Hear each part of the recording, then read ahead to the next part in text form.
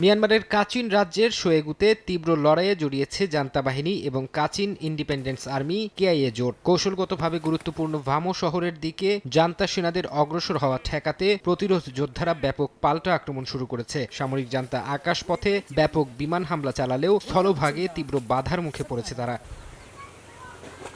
এই রক্তক্ষয়ী সংঘাতের মধ্যেই নগার ও শোয়েগু শহরের বেশ কয়েকটি সামরিক চৌকি পুনর্দখল করেছে কেআইএ এবং পিডিএফ। শোয়েগু শহরটি শান রাজ্যের দিকে যাওয়ার গুরুত্বপূর্ণ ট্রানজিট পয়েন্ট হওয়ায় এর নিয়ন্ত্রণ ধরে রাখতে ৫০০ সেনা মোতায়েন করেছে জান্তা সরকার। তবে এই অভিযানে জান্তা বাহিনীর অন্তত ১০০ সেনা হতাহত হয়েছেন বলে দাবি করেছে বিদ্রোহী গোষ্ঠীগুলো। যে কোনো সময় বড় ধরনের সংঘর্ষের আশঙ্কায় শহরের বাসিন্দাদের নিরাপদ স্থানে সরে যাওয়ার নির্দেশ দিয়েছে কেআইএ।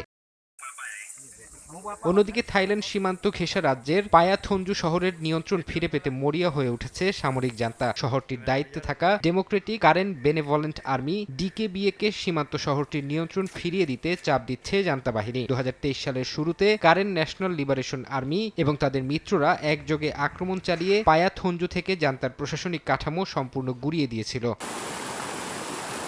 বিশ্লেষকদের মতে জান্তা সরকার চাইলেই কেবল ডিকেবিএর সাথে আলোচনা করে শহরটির নিয়ন্ত্রণ ফিরে পাবে না। সীমান্ত বাণিজ্য এবং খনি সমৃদ্ধ এই অঞ্চলের নিয়ন্ত্রণ নিতে জান্তা বাহিনী এরই মধ্যে ভারী অস্ত্র ও সেনা বাড়াতে শুরু করেছে, যা কাচিন রাজ্যে নতুন করে বড় সংঘাতের ইঙ্গিত দিচ্ছে।